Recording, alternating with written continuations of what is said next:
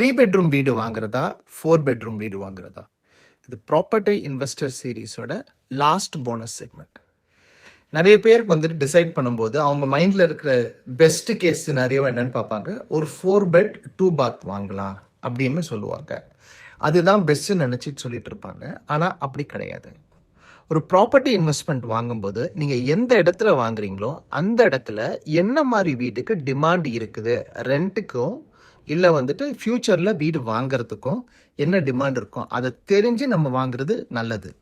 நிறைய சமயத்தில் 3 பெட் 1 பாத் நல்ல க்ரோத் கொடுக்க வாய்ப்பு இருக்குது. எதுக்குன்னு பார்த்தீங்கன்னா உங்களுக்கு வந்துட்டு 3 பெட் 1 பாத் 4 பெட்ரூமோட வந்துட்டு கொஞ்சம் கம்மியான பட்ஜெட்டில் கிடைக்கும். ஸோ அப்போ வந்துட்டு எப்பயுமே லோவர் பட்ஜெட்டில் இருக்கிற ப்ராப்பர்ட்டிஸோட க்ரோத் வந்து ரொம்பவே நல்லா இருக்கும் ஆனால் on an average basis. So அதே மாதிரி சமயத்துலையும் பார்த்தீங்கன்னா வந்துட்டு மோஸ்ட் ஆஃப் தி 3 பெட் 1 பாத்தும் பார்த்தீங்கன்னா வந்துட்டு it will come with a bigger land size.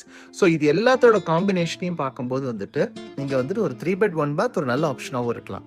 So என்ன சொல்ல வரேன்னா 3 பெட் தான் வாங்கணும் 4 பெட் தான் வாங்கணும்னு டிசைட் பண்ணாமல் நீங்கள் எந்த இடத்துல வாங்குறீங்களோ அந்த இடத்துல என்ன மாதிரி ப்ராப்பர்ட்டிக்கு டிமாண்ட் இருக்கோ அதை நீங்கள் சேர்த்து பார்த்து வாங்கும்போது உங்களுக்கு ரெண்ட்டும் நல்லா கிடைக்க வாய்ப்பு இருக்குது, க்ரோத்தும் நல்லா வர வாய்ப்பு இருக்குது. தேங்க்யூ.